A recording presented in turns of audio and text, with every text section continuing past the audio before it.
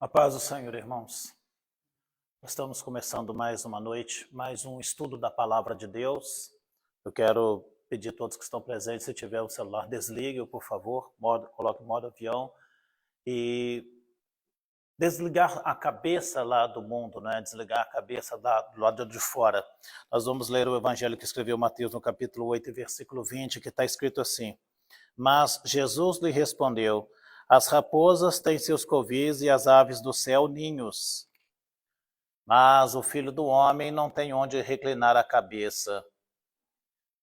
E outro dos discípulos lhe disse: Senhor, permita-me ir primeiro sepultar meu pai.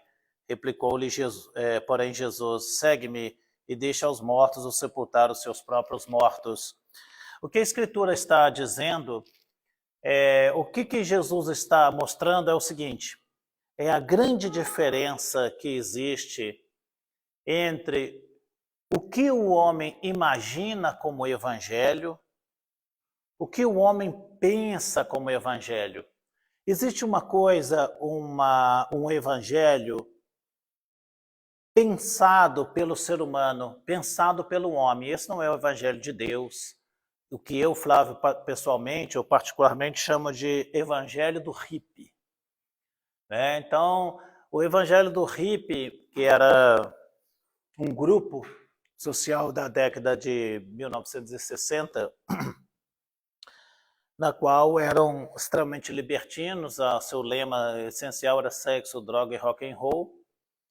E esses hippies tinham um gesto que até hoje alguns fazem, que nenhum crente deve fazer, que é esse formato aqui, fazer isso aqui, né? Porque isso é um cumprimento dos hippies, que é paz e amor, esses dedos desse jeito. E então, falando para eles, é esse evangelho de paz e amor. Não é?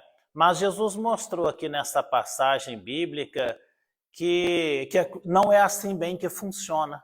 Né? E como é que funciona? Como é que funciona?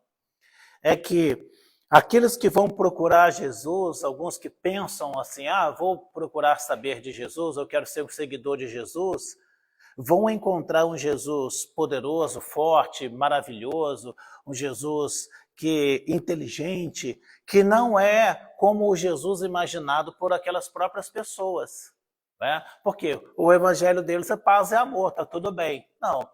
Então, Jesus não vai aceitar que nenhum de seus seguidores seja leviano.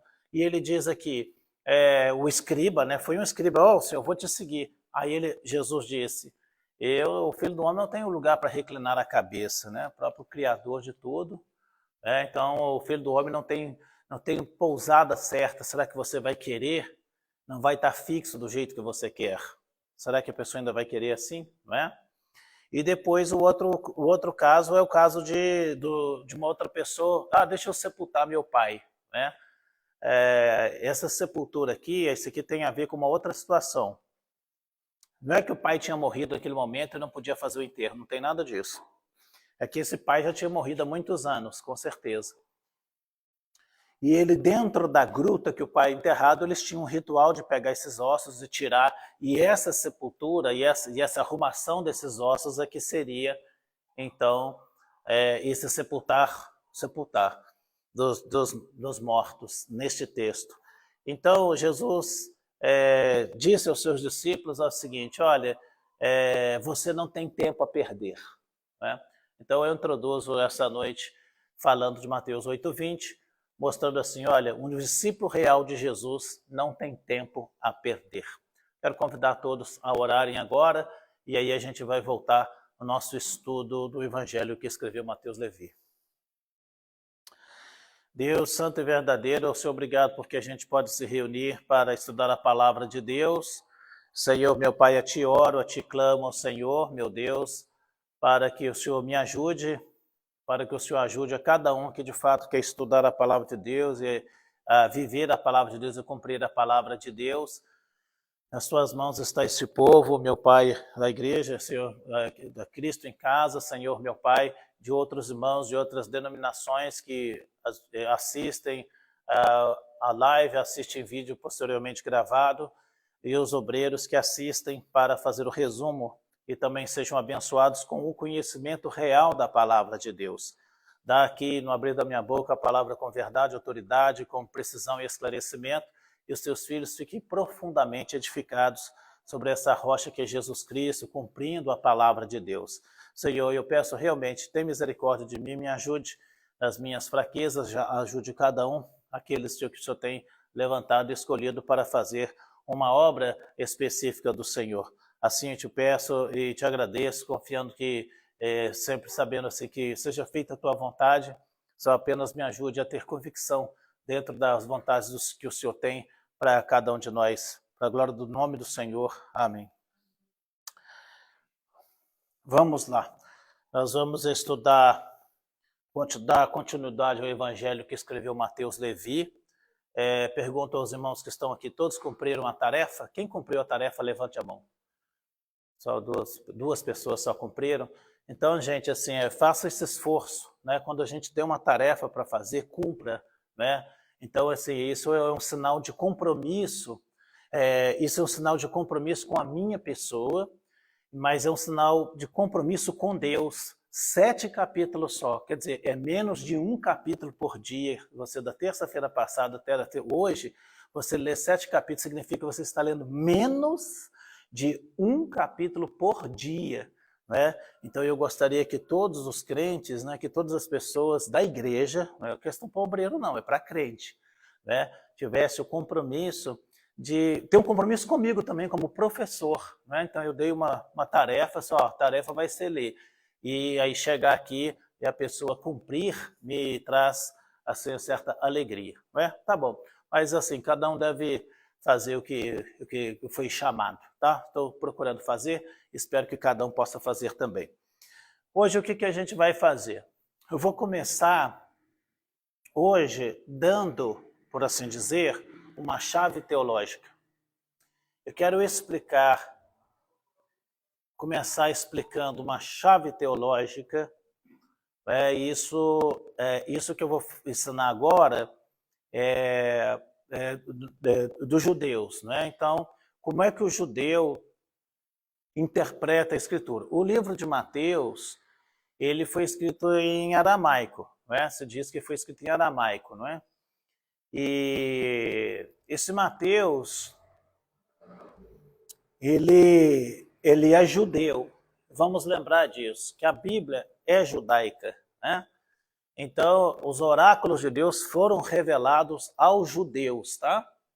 E aí, então, muitas vezes a gente pode entender melhor as Escrituras com suas expressões quando a gente busca no judaísmo, dentro dos judeus, a explicação de como aquelas palavras significam naquela língua em especial, tá? Então a gente vai ver hoje aqui, eu quero falar dentro do capítulo 1 sobre como que o judeu interpreta essa genealogia de Cristo, essa ascendência de Cristo. Nunca confunda ascendência com descendência, nunca confunda ascendência aquilo, né, que ascende, né? Portanto, aquilo que vem antes, né? Descendente que vem depois. E a gente então nós vamos ver por que a Escritura trata dessa maneira, que o Mateus começa. Capítulo 1, né? Livro da genealogia de Jesus Cristo, no capítulo 1. E é isso que a gente vai ver nessa pós-introdução.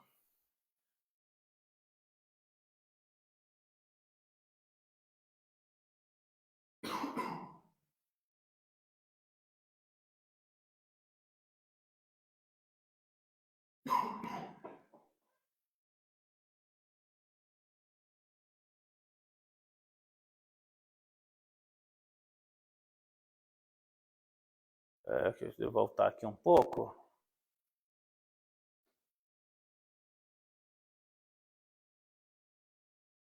Tá. Eu quero enfatizar neste momento a essência para conhecermos o que importa saber desta pessoa, desse rapaz que veio, de um homem que veio e que é fruto de tanta polêmica, né? é o fruto de tanta polêmica. Então, Mateus, inspirado pelo Espírito Santo, inspirado pelo Espírito de Deus, ele vai enfatizar uma coisa, que é isso aqui, o objetivo desse evangelho. Já falei semana passada, mas eu vou ratificar agora, vou confirmar agora. Olha só, qual que é o objetivo desse evangelho? O objetivo do evangelho de Mateus é provar que aquele rapaz que veio é o Mashiach. Estou falando em hebraico. O Mashiach, o Hamashia ben Davi, o prometido filho da casa de Davi. Então, o objetivo de Mateus é mostrar que, de fato, aquele rapaz que nasceu, que na língua aramaica lá da época chamava-se Yeshua. Esse Yeshua, de fato, esse é o ungido. A palavra Messias em hebraico é ungido. E traduzido, então, fica para a língua grega, Cristo. E traduzindo para a língua portuguesa, então, Messias. E Cristo é a mesma coisa, e ungido é a mesma coisa. Então, vamos lá. O objetivo desse evangelho, dar testemunho de que Jesus Cristo é o Messias, profetizado no Antigo Testamento. Então, houve um Primeiro Testamento, houve um Antigo Testamento, e diz que apareceria e que viria o Salvador, e que viria um capacitado. Lembra que a palavra ungido significa o quê? Estudamos semana passada. Significa aquele que recebeu a capacitação para fazer um trabalho. Então, Jesus recebe a capacitação, assim como os reis recebiam, os reis recebiam, os profetas, recebiam isso no Antigo Testamento. E o rei, os profetas e o sacerdote recebiam isso. Então, o objetivo disso é que a gente vai entender que Jesus de fato é o Messias. Eu quero estar falando sobre isso essa noite.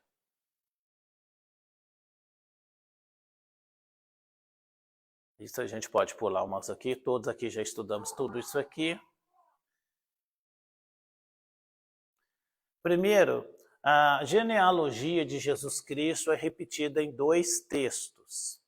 Um está no evangelho que escreveu Mateus, e no outro está escrito no evangelho que escreveu o Lucas, o doutor Lucas, o médico amado. Tá? Qual que é a diferença? É que Mateus trata da ascendência real de Jesus Cristo. Isto é, que Jesus descende do rei Davi. Olha só. Davi foi um dos homens mais importantes da Bíblia. Então o Senhor Deus levantou um profeta e falou com Davi que da casa de Davi, que da realeza de Davi, da dinastia de Davi, haveria de vir o Cristo Redentor, o que vai governar o mundo.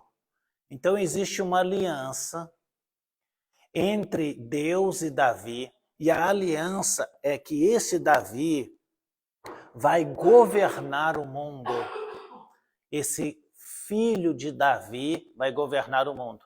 Então, quando Deus fala que vai dar casa a Davi, um tabernáculo eterno a Davi, ele está falando que ia levantar um descendente de Davi, uma pessoa que descenderia de Davi, e que essa pessoa que descende de Davi é que vai governar o mundo. A pessoa que descende de Davi que vai governar o mundo. Então, a promessa, a aliança com Davi é que da casa de Davi, é que no trono de Davi, que descendência de Davi é que vai governar o mundo. Por isso, quando a gente estuda a área escatologia sobre o fim do mundo, fala que Davi vai governar o mundo. Que Davi que é esse? Davi não é Davi. Davi é Jesus Cristo. Então, Davi é um símbolo do reinado bom, de alguém que é um rei, que Deus se agradou. E Jesus vai descender desse Davi, e por isso vai falar reinado de Davi, por causa da aliança de Deus com Davi. Tá? Tem esse sentido. Já Lucas, o doutor, ele trata a genealogia de Jesus segundo a carne. O que significa? Significa que ele vai tratar da ascendência de Davi segundo os homens naturais.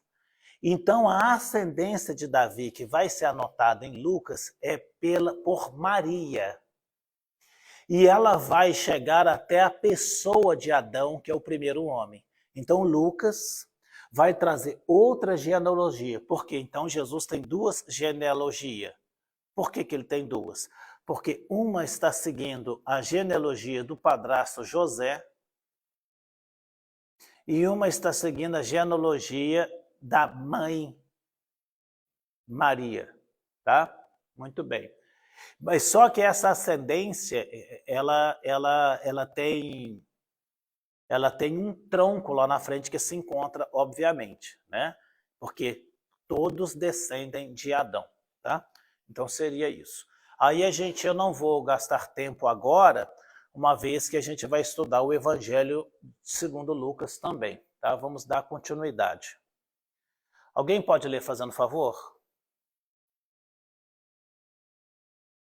A vinda de Cristo fora prevista, não somente desde a eternidade no céu, mas também desde os primórdios da história do mundo.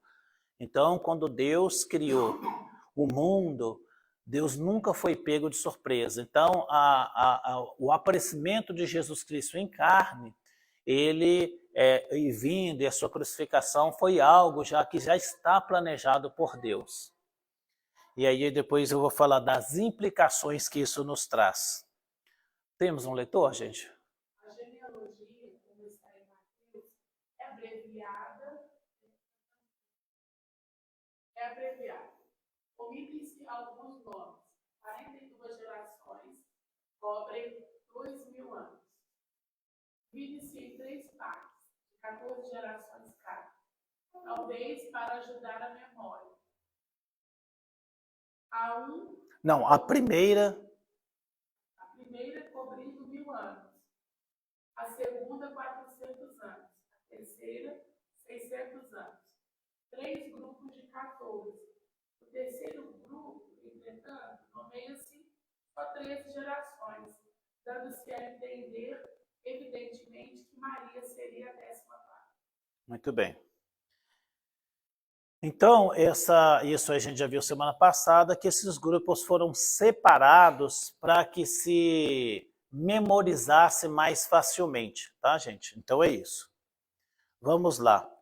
Agora, eu quero, a partir deste momento, mostrar uma chave teológica e hermenêutica, uma chave hermenêutica, teológica e judaica, para a gente compreender o quão profundo o quão significativo as expressões a respeito de chamar Jesus filho do homem e de falar dessa ascendência de Jesus Cristo. Então, vamos lá. Então, é o seguinte, a expressão, né, que está... Abra sua Bíblia em Mateus 1, todos com a Bíblia aberta em Mateus 1, fazendo favor. Mateus capítulo 1. O capítulo 1 e versículo 1. Só Mateus 1, 1. Mateus capítulo 1 e versículo 1. Pode ler. Livro da genealogia de Jesus Cristo, filho de Davi, filho de Abraão. Muito bem. É isso aí que eu quero explicar agora. Jesus é filho de Abraão? Você pergunta, não. Jesus é filho de Davi? Não. Então nós precisamos entender isso, porque está escrito aí que ele é filho de Abraão. Então Abraão é pai de Jesus. Então Davi é pai de Jesus. E eu quero mostrar que não é isso, tá? Pode falar.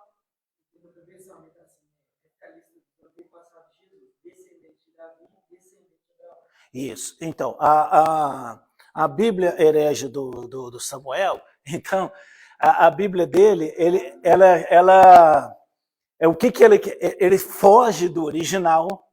A Bíblia do Samuel está fugindo do original, não é isso? Não é Bíblia, né? Está fugindo do original para quê? Para explicar o que significa. Não estou brincando.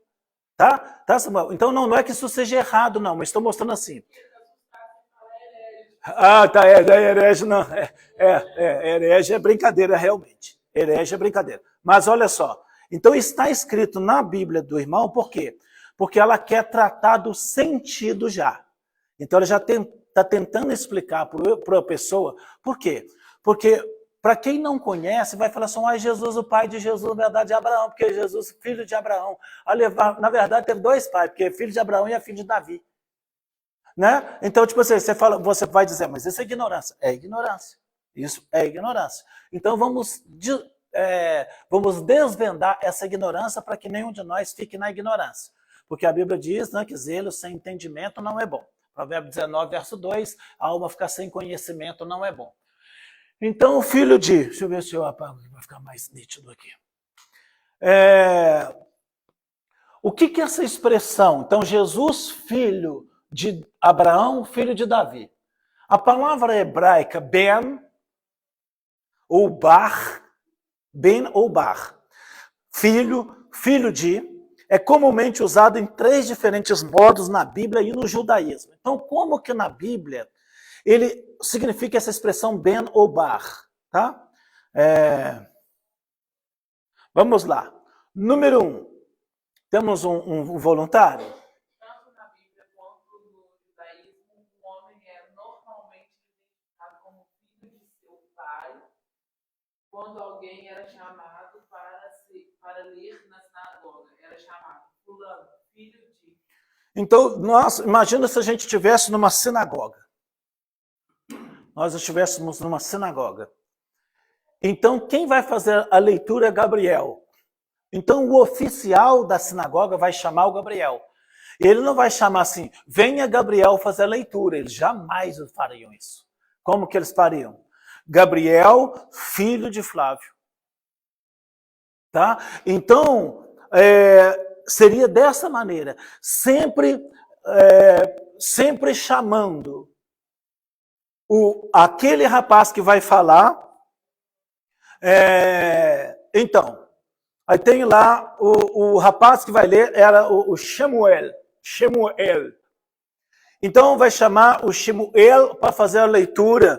Então diria dessa maneira assim, Shemuel ben Yosef está com a palavra. Samuel, filho de Yosef. O que significa? Significa, então, dando identidade àquela pessoa que está fazendo a leitura, e que essa pessoa, então, ele tem uma genealogia. Essa pessoa tem uma linha. Só esse texto nos revela uma coisa muito interessante. Qual coisa interessante que nos revela? Você imagina que, desde pequeno, Jesus com 8 dias foi circuncidado. 8 dias. Ele é um religioso. Então, quem pregar contra a religião está muito enganado, porque ele exerceu a religião, ele ia todos, ele não faltava não. Ele ia todas as vezes. Ele ia lá. E diz que com 12 anos, ele já tinha condições, ele já estava conversando com os escribas, com os líderes religiosos, com 12. Então, era alguém que frequentava. Imagina que esse Jesus que frequenta faz uma coisa chamada Bar Mitzvah. O que é isso? É uma cerimônia quando um menino deixa de ser menino e passa a ser homem. Isso com 12 anos, entre 12 e 13 anos. Um homem é Bar Mitzvah. Tá? E não existia, mas agora existe no judaísmo, Bait Mitzvah, que Bait é filha em hebraico. Tá? Não tinha isso não. Mas vamos pensar no Bar Mitzvah. Esse menino, 12, 13 anos, ele discutia, ele conversava tal, mas agora ele é membro, ele participa da leitura, ele participa da igreja do judaísmo. Todos os anos esse rapaz estava lá.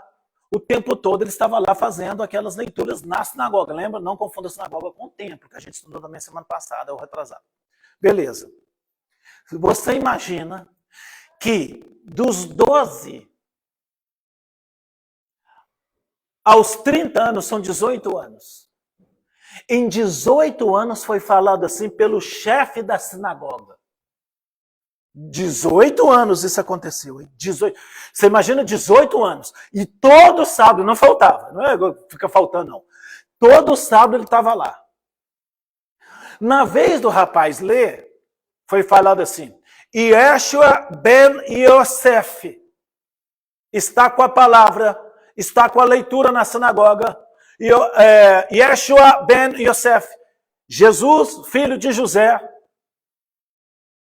Em uma dessas vezes, o Yeshua ben Yosef, o Jesus, filho de José, vai dizer: o Espírito do Senhor está sobre mim, hoje se cumpriu a palavra.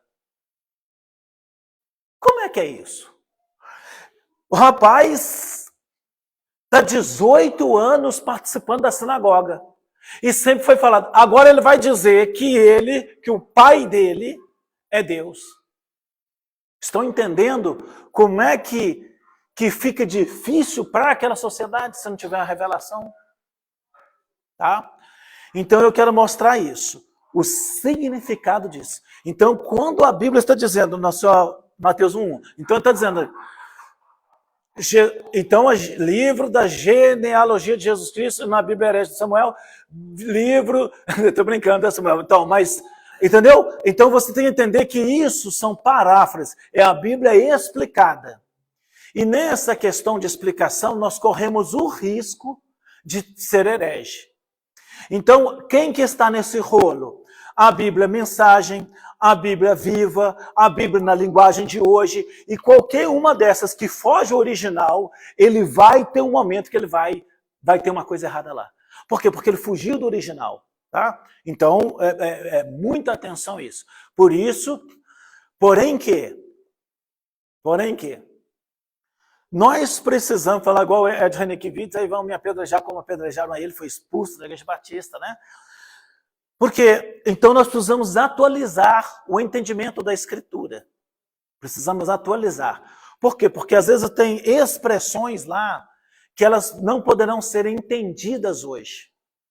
Então a gente precisa estar mudando a linguagem da Bíblia, porque senão o sentido que se colocar do original, se colocar, sentido não, o literal original se colocar, vai ter o sentido oposto do que é. Né? Já citei o exemplo, a palavra apocalipse, que significa revelação. Pega e escreve no YouTube, escreve na Netflix, escreve assim, filme apocalíptico. O que é? É filme de quê? De fim do mundo, de destruição, enigma, filme de monstros. E a palavra apocalipse simplesmente significa revelação. Quer dizer que a palavra ela tem um sentido num tempo, uma época, e ela vem mudando de sentido. Né? Então, eu estava estudando a língua portuguesa, nós temos umas gírias da década de 50, que vocês aí, claro que vocês não conhecem a gíria da década de 50. Por exemplo, o que é meu brotinho, meu broto? Você não sabe o que é isso. Mas meu broto era uma menina linda. Não é? Se usasse a expressão na época de 1950, fulano é barra pesada, o que significa? Significa que ele era marginal, fulano barra pesada. Né? Então, aquilo vai mudando. Né? Na década de 50 falava assim, fulano é um pão. O que é um pão? É uma pessoa linda, uma pessoa maravilhosa, é um pão de homem. Então, se usava. Então, com o tempo, às vezes aquilo lá não vai perdendo o sentido. Então, por isso que a gente tem que mudar a linguagem. Naquela década de 50, fulano, a moça deu um bolo no rapaz. A moça deu um bolo no rapaz. O que é isso, Guilherme? Deu um bolo. É um bolo de quê? Você acha que é de morango ou de chocolate? Vamos ver se você sabe. Chocolate, né? Então, tá vendo? Como é que o rapaz vai saber? Eu tô pegando o Guilherme, porque eu também sou mais novo. Porque não tem jeito dele saber o que é deu um bolo. O que é deu um bolo, gente? Que é os mais velhos da igreja. Isso, não compareceu. Deu bolo. Furou com compromisso. Não cumpriu o compromisso. Então, dar bolo, vai saber de onde surgiu essa expressão, dar bolo, como se deu bolo. Né? Não dá nem para entender. Né? Não dá para entender. Tá bom, gente? Então, o que eu quero mostrar é isso. Se nós estamos em 2024, corrigindo. Se nós estamos, eu estou pensando em 2025 para ficar redondo. Se eu tenho 2025, se eu, depois de 50 anos atrás, se eu tivesse 75 anos atrás, você já não dá para compreender. E a Bíblia? E a Bíblia? Com mais de 2.000 anos e 25. Mais de 2.000 anos atrás. Então, é por isso que eu estou dizendo, a gente precisa compreender as palavras para que compreender o seu sentido. Por isso que a Bíblia do Samuel já está resolvendo esse problema. Então, a Bíblia dele Não vai deixar ninguém confuso. Ué, porque Jesus é filho de Abraão. Pensei que era José, o pai de Jesus. Não, mas o pai de Jesus é Abraão ou é Davi? E as pessoas não iam ficar sem saber. Mas aí a Bíblia dele, a pessoa pega a Bíblia de Samuel, vai ler e fala, entendi. Então, pela Bíblia de Samuel, você vai entender coisas que na sua Bíblia, Almeida Revista Atualizada, Almeida Corrigida e Fiel, você não vai conseguir entender. Vai ter que pegar a Bíblia de Samuel. A sua linguagem qual que é? A NTLH. A dele é a NTLH. O que é NTLH? Nova Tradução da Linguagem de Hoje, que eu gosto muito, inclusive. Eu uso bastante essa aí também, a fins de entendimento. Se eu achar que tem uma coisa ali herege, a gente vai lá nos originais, nessa mais próximo, para a gente ver se tem uma situação. Então, número 1. Quando a Bíblia diz que fulano era filho mesmo. Se falasse assim, fulano é filho de, né, para Shemuel ben Yosef, então o Samuel filho de José. O Yeshua ben Yosef, o Jesus filho de José mesmo. Tá? Então esse é um sentido. O outro sentido é esse aqui, ó. Vamos lá. 2. Também pode significar não um filho de fato, mas um descendente mais distante, como era o caso neste versículo. Davi e Abraão, porque está escrito em hebraico, na verdade. Eram ancestrais distantes de Yeshua. Certo? Então, neste versículo, por isso que a Bíblia do Samuel vai traduzir. Olha só, eu vou ler na minha aqui, e o Samuel vai ler de novo para vocês verem a diferença. Né? Agora eu vou ler aqui a outra versão também que não se tem em comum. Livro da geração de Jesus Cristo, filho de Davi, filho de Abraão. Olha na linguagem do Samuel. Pode ler, Samuel? Esta é a lista dos antepassados de descendentes de Davi, que era descendente de Abraão. Tá vendo? Então dele já vai traduzindo o sentido de filho. Então, ao invés de traduzir do hebraico Ben Obar, ele interpreta para nós, os que não somos judeus, para a gente compreender a palavra, a gente compreende. Então, quando diz que é filho, não é filho. Até aqui no meio, quer ver? Vou dar um exemplo aí. Raabe, Boaz, porque...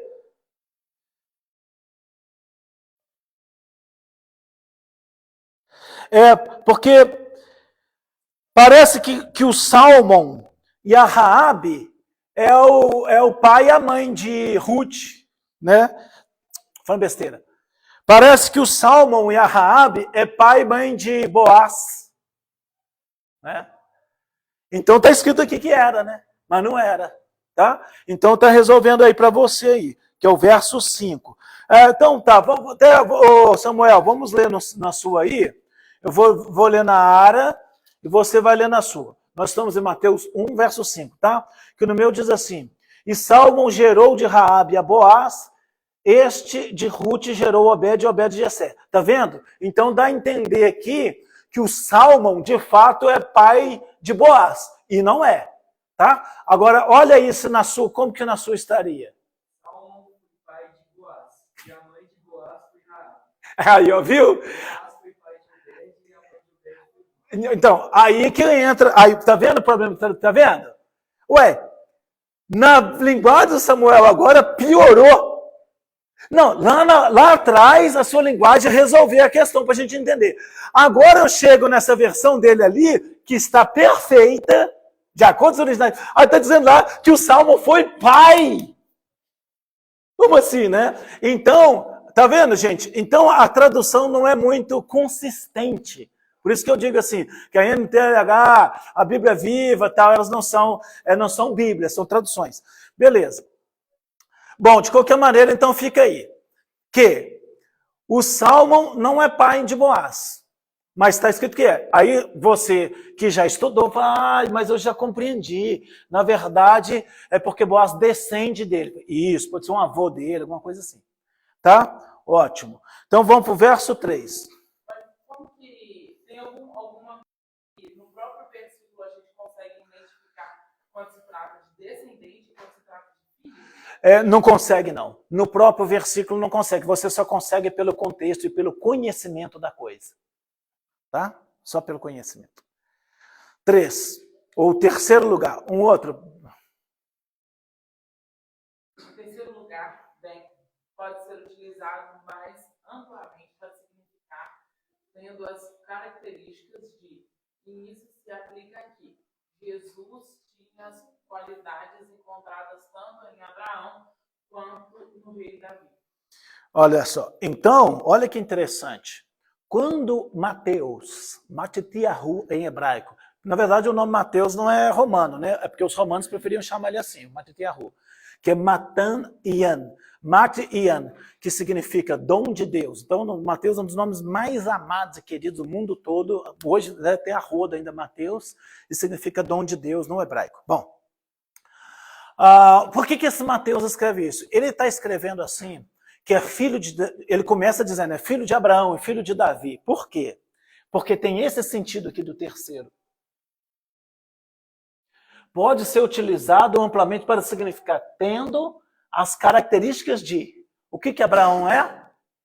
Pai da fé. O que é? Jesus é? Autor e consumador da fé.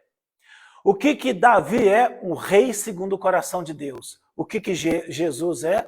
É o homem segundo o coração de Deus. É o perfeito segundo o coração de Deus. É o rei perfeito. Tá? Então tem esse sentido. E eu falei duas coisas, né? E dentro desse terceiro aqui, nós temos uma coisa essencial, que é aquilo lá. Por que Jesus foi... Eles ficaram escandalizados quando Jesus dizia que Deus é meu Pai. Por que o escândalo está? Por causa disso aqui, ó. Quando Jesus diz que Deus é meu Pai, ele está dizendo que eu tenho o quê? As qualidades de Deus. Entende por que a coisa fica pesada?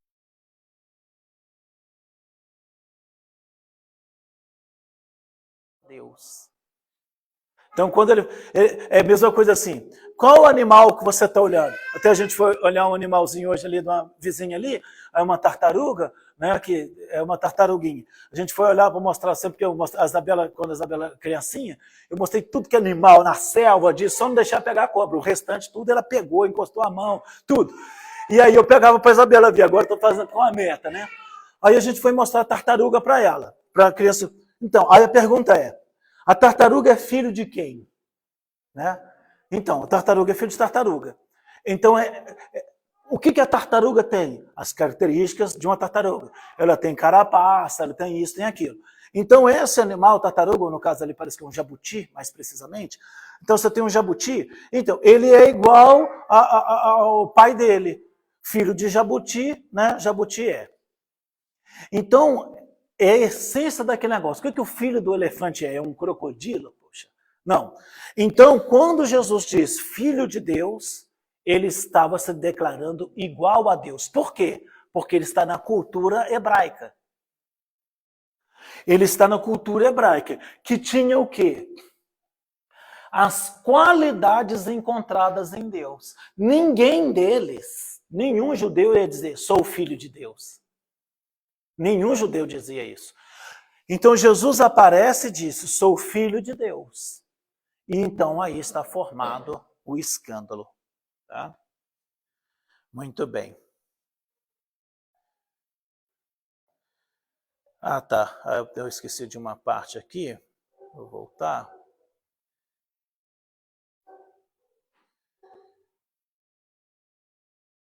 Eu acho que eu vou fazer um comentário direto.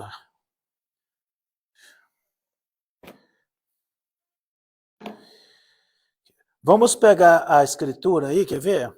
Vou fazer o seguinte.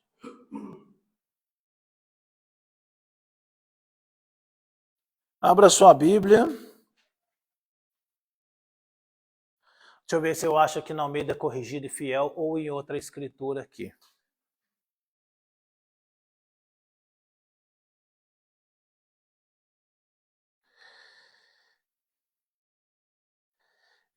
Não é qualquer versão que a gente...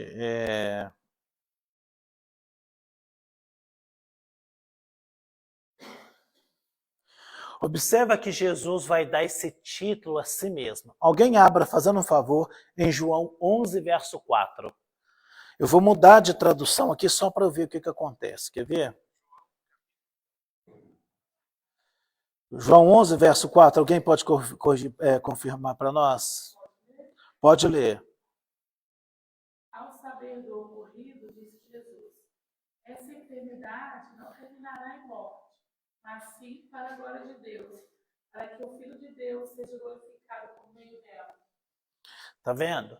Então Jesus se intitula aí. Quando ele disse, então, que ele foi ressuscitar Lázaro, ele falou assim, para que o Filho de Deus seja glorificado, essa glória que só pode ser dada a Deus, Jesus está se declarando o Cristo. Observa que dentro dessa mesma passagem, a própria Marta vai dizer que ele era filho de Deus de verdade. Olha o 11, 27.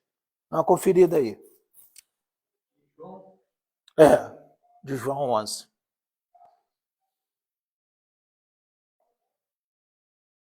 João 11, 27, pode ler. Disse-lhe ela, sim, Senhor, creio que tu és o Cristo, o Filho de Deus que havia de vir ao mundo.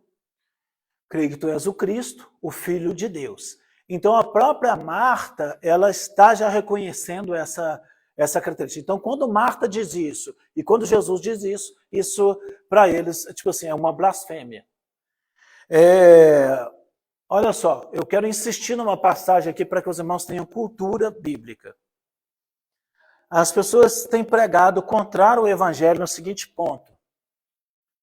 Um rapaz chegou para Jesus e falou assim, bom mestre,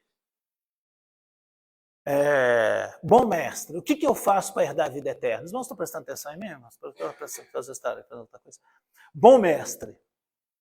Jesus falou assim, por que me chamas bom? Só tem um que é bom. Sabe o que eu já vi um pregador falando? Você está vendo? Nem Jesus é bom, porque só Deus é bom. Vocês entenderam o que eu estou falando? Isso é uma blasfêmia, meus irmãos. Você está, tipo, você não sabe, esse irmão não sabe o que está falando. Nem Jesus é bom. Não é isso não, mãe. Jesus falou, por que você me chama bom? Só tem um que é bom, é Deus. O que Jesus está falando? Se você me reconhecesse, então você me chamaria de bom. Porque você reconhece que eu sou Deus. Mas se você não reconhece que eu sou Deus, você não me chama. Por quê? Porque Jesus é Deus. Então Jesus não falou que Jesus não é... Pelo contrário, Jesus já tinha dito que ele é bom. Sim ou não? Se disse, ele disse, eu sou o quê? O bom pastor. Então Jesus já se tinha declarado que era bom, já se tinha declarado que era Deus. Aí o rapaz, bom mestre, então é meio puxa-saco, é meio um cara com, como que é o nome disso? Elogio falso, qual que é o nome disso? Como que se chama elogio falso? É uma bajulação, né? Uma bajulação, mas tem um nome específico na língua portuguesa. Lisonja. Lisonja. Né? O que é lisonja? Você é bonito, mas a pessoa não acha. Você está vendo que ela está mentindo. Então, foi uma lisonja. Bom mestre. Não, ele não coisa não. Ele não acha que Jesus seja bom. Então, por que você está falando bom mestre, se você não acha que eu sou Deus? É disso. Então, Jesus é Deus e Jesus é bom. Tá? Então, é bom ir corrigindo essas coisas. Eu quero fazer um comentário aqui, para a gente passar para os textos aí. Nós sabemos que Jesus nasceu numa manjedoura. Minha pergunta é, o que é manjedoura?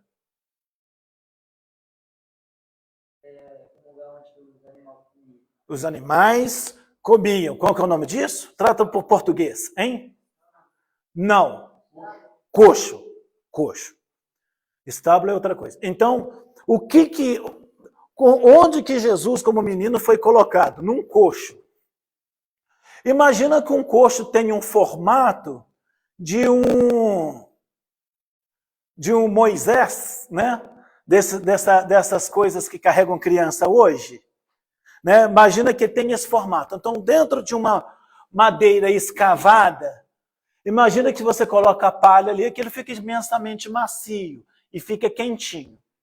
Então, quando Jesus foi nascer, o que aconteceu, gente? Estava na época do recenseamento, isto é, da contagem, Então, os hotéis lá, que o hotel chamava lá, o nome do hotel que tinha lá em Belém, chama-se Cristo Rei 611. O nome do hotel tinha lá, já tinha isso, é velho, irmão. Uma irmã acha que criou o hotel, não criou não, irmão, já tinha lá, não, brincadeiras à parte. Quer dizer, até o Roberto pode dar esse testemunho. Roberto, cidade muito cheia, né? Né? O hotel fica, né? Hein? Fica mais cheio. Mais festas, né? Às vezes tem uma festa, uma situação, o hotel fica ali apinhado, né? A pessoa, vai ter uma festa, não sei de quê, encontro de motoqueiro, encontro não sei o quê. Então, de repente, é isso que está acontecendo aqui em Belém. Lá em Belém, está tendo recenseamento. Então, não há espaço para não alugar, não tem jeito de alugar espaço. Por quê? Porque os hotéis, as pensões, né, estão lotadas. Então, Jesus vai nascer, gente, que tem e ficou esse estigma de Jesus nascer tipo numa gruta, né? Porque ele estava por causa da questão dos pastores. Não. Embaixo da casa, as casas tinham às vezes 2 andares, um na rua, no térreo, e ela era construída por cima daquela coisa de baixo, era construída, tinha uma casa. Eu tentei achar algumas coisas, mas não achei muito conveniente. Mas essa aqui eu acho que dá para ver um pouquinho. Então, o que acontece? A pessoa tinha... Então, aqui na parte de baixo da casa, onde que criava-se os animais, os pastores. Então, eles tinham na parte de baixo da casa... Eles tinham ali na parte de baixo um local de cuidar de animais. Tinha ali alguém falou aqui, ali tinha um estábulo. Então tinha um estábulo, tinha um local de cavalos, tinha um local de jumento, mais de jumento, um local de ovelhas, que criava alguns animaizinhos ali. Por que eles criavam? Mesmo porque eles tinham para o templo, eles sempre tinham que fazer seus sacrifícios. Então, quer ver? Tem um outro aqui que eu coloquei. Aqui, eu acho que essa aqui mais moderna dá uma ideia melhor. Então, nessa parte de baixo, havia, então, a criação dos animais. E aí o cara tinha uma escada por dentro ou por fora e ficava lá em cima da casa. Então, onde Jesus nasce foi um local desse tipo. Então, ele nasceu no local que estavam os animais? Sim.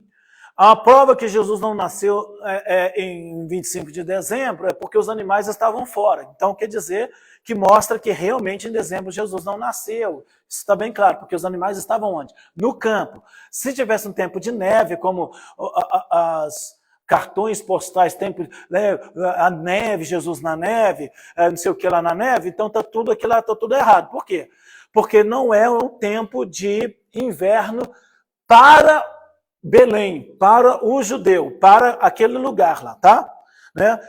Porque imagina que os países que nessa época tem neve, entendeu? Por que dá o rolo, a confusão? Porque naqueles países que tem neve em dia 25 lá, que eles acham que era, então associam uma coisa com outra. Então, essa é uma questão que eu quero colocar. Tá? Agora vamos para frente. Irmãos, eu deixei uma tarefa para todos, vou deixar mais uma tarefa hoje. Né? Eu lamento por aqueles que não cumprem, eu não estou xingando ninguém. Quem sou eu? Eu sou um ninguém, né? Ninguém precisa me obedecer em nada. Mas era para ler os 7 capítulos de Mateus, né? Mandei todo mundo ler, né? E agora, até a semana que vem, para ler mais 7 capítulos, pelo menos até o 14, porque depois a gente vai até o 28, tá? Então, vou deixar aqui. Se alguém quiser ler, eu agradeço por cooperar. Se não quiser, não, né? Fique à vontade aí para não ler, né? Porque eu não quero oprimir ninguém, tá bom? Então, eu tenho que ser franco, né? Falar... Né, que eu falei para ler, a gente combinou aqui, então vou passar hoje mais uma tarefa, né, as pessoas têm que estar participando, porque tem que ler a Bíblia. Muito bem. Vamos então para o capítulo 2 de Mateus.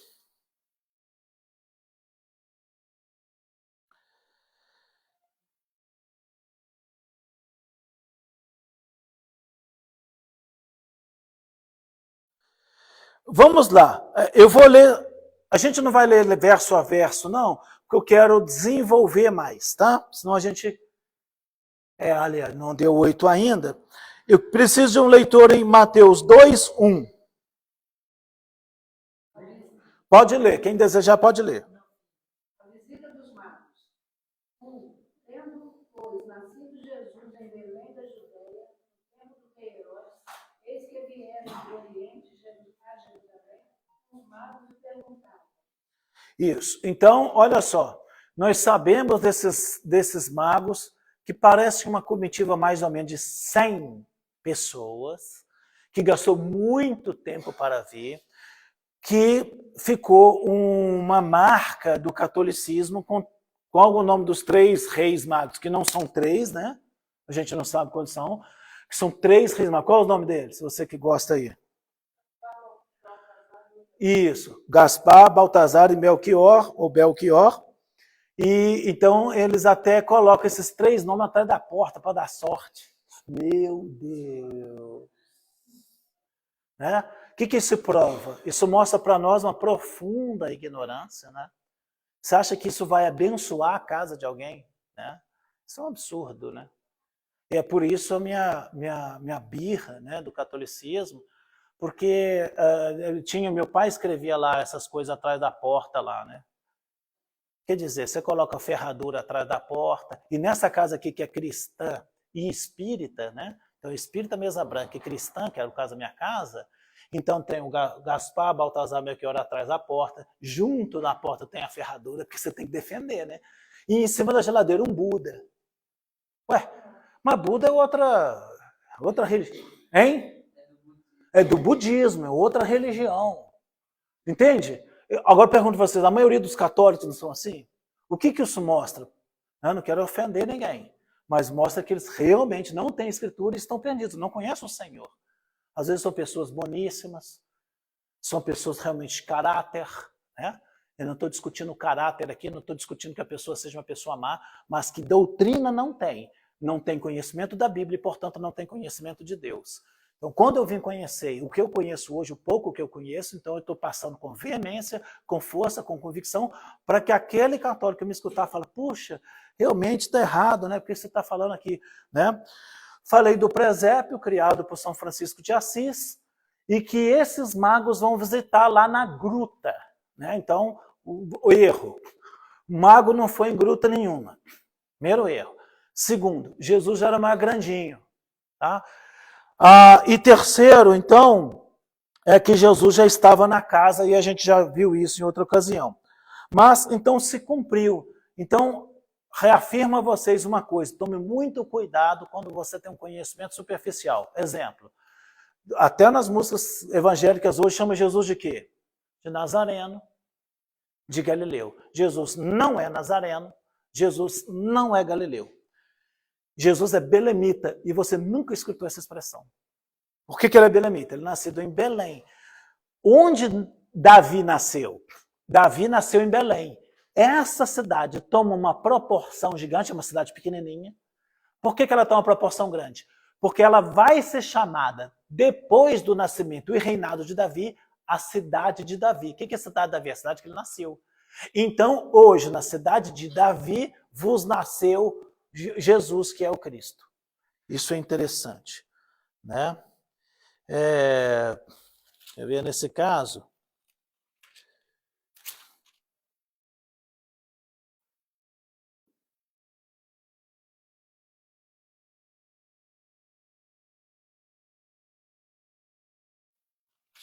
muito bem.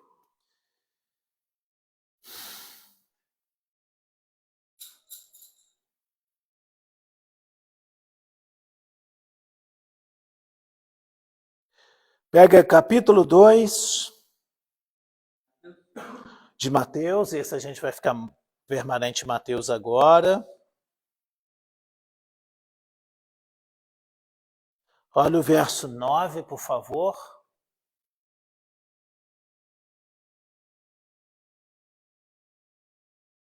Pode um leitor no verso 9? Tendo eles ouvido o rei partir, e eis que a estrela que tinham visto no Oriente ia diante deles, até chegar e parar por sobre o lugar onde estava o menino. Muito bem. Agora, isso. Então você vê que essa estrela parou. Vamos continuar no texto para a gente entender que Jesus já tinha nascido, já tinha um tempo, e ele não estava nem no lugar na casa que eu mostrei. Jesus não estava lá, estava em outro lugar. Olha só, versos 10 e 11, pode continuar lendo. E vendo a estrela, regozijaram-se com grande júbilo. E entrando na casa, eles viram o menino com Maria, sua mãe. Prostrando-se, o adoraram, e abrindo seus tesouros, ofertaram-lhe dádivas, ouro, incenso e mirra. Interessante, ele entrou onde? O verso 11? Na casa. Ah, então não é na gruta. Então, se é na casa, não é na gruta, o presépio está errado. É um erro do presépio. Então, assim, né, eu não condeno o presépio, não acho que, o presépio, você acha que o presépio é errado? Não, eu acho que é uma forma de ensinar tal. Mas que Jesus não estava na gruta, não estava, ele estava na casa. Então, ele não estava na gruta, ele não estava no estábulo. Ele estava na casa, dentro de casa, com algum hotel lá que ele tivesse, ou algum parente lá que tivesse. Comentário, verso 11, de novo. Alguém pode ler? Entrando na casa, eles viram o menino com Maria, sua mãe. Prostrando-se, o adoraram. E abrindo seus tesouros, ofertaram dádivas, ouro, incenso e mirra. Então, o significado disso é extremamente profundo, porque ouro, incenso e mirra. Ouro é uma condição real, o incenso e mirra é uma condição do sacerdote, então é um reconhecimento realmente de divindade, né? Eles adoraram. Gente, esse rapaz que nasceu lá realmente era o Cristo. Esse é um dos maiores testemunhos, porque esses reis ricos, milionários, deram de suas riquezas. E esse José e essa Maria ia precisar de riqueza, porque a Bíblia diz que eles eram muito pobres. Como é que sabemos que eles eram muito pobres? Eles eram muito pobres porque na hora que foi oferecer o sacrifício lá por Jesus, ofereceram 2 rolinhas, 2 pombinhas. Era o sacrifício de pobre de marré. Ninguém é mais pobre do que isso, tá? Então eram muito pobres. Então foi dado eles esse dinheirão aí, é isso que eu quero mostrar, que esse dinheiro foi dado depois disso. Se esse dinheiro, olha só, eu quero mostrar para você que Jesus já era grandinho. Não sei se Jesus já tinha uns 2 anos. Quanto tempo Jesus tinha? Não sei. Qual prova que Jesus já tinha perto de 2 anos? Eu vou te provar. Quem que Herodes mandou matar? As crianças de qual idade? Abaixo de 2 anos. Quer dizer, de 2 anos para baixo. Por que de 2 anos para baixo? Porque os magos foram procurar perto desse tempo. E outra coisa, como eles ofereceram no circuncisão de Jesus 2 pombinhas, ele se tivesse cheio de ouro, foi miserável, hein, Maria? Porque o nome dela não é Maria. Qual que é o nome dela? Fala em hebraico o nome dela. Miriam. O nome dela é Miriam. Ou Miriam. Então, estava Miriam com Yosef, esse casalzinho, tão cheio da grana, cheio da oferta, e agora vai oferecer Jesus e guarda o dinheiro no bolso. Vagabundos, hein? Tá vendo? Então, estou provando para você que quando esses magos chegaram, Jesus não era o bebê Jesus. Era o rapazinho já de 2 anos. Portanto, era uma criança de 2 anos. Por isso, Herodes manda matar de 2 anos para baixo. Quer dizer, esse menino tem que ter menos de 2 anos no máximo. Quando os magos foram ver Jesus para o adorar, já tinha passado um certo tempo. Jesus não era aquele bebezinho, ele já estava em casa, a situação já era outra, talvez até uma casa própria. Ele estava na casa deles em Belém. Tá? Então, isso pode falar, Samuel.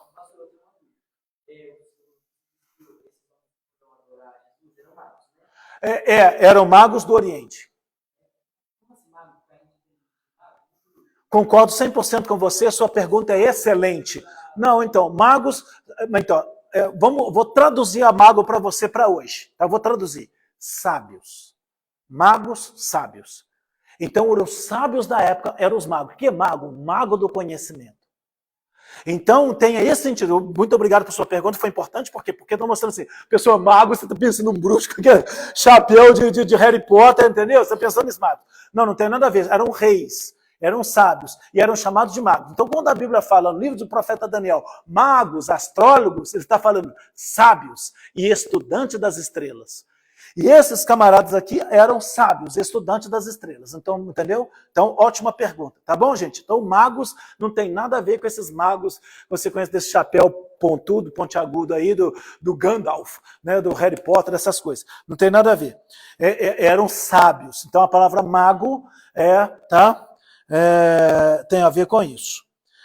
Tipo aquele mago lá do He-Man, né? Essas coisas que tinha no passado, que tinha um mago que orientava e tal. Era um sábio, né? Muito bem. Então, vimos isso aqui. Então, Jesus já é crescidinho. Não é tão novinho como a gente pensa em Jesus bebê. Né? O menino Jesus de Praga. Né? Menino Jesus de Praga. Aí você está de brincadeira. Verso 12. Deus nos avisou que não voltassem para falar com Herodes. Por isso voltaram para a sua terra por outro caminho. Então, olha só, gente. Olha só que interessante. 2:12. Esses magos, esses sábios, então, eles não têm o conhecimento de Deus, eles não têm conhecimento. Mas, de alguma maneira, Deus revelou para eles. Agora, Deus falou em sonhos. E nós estamos no Novo Testamento. Olha, gente.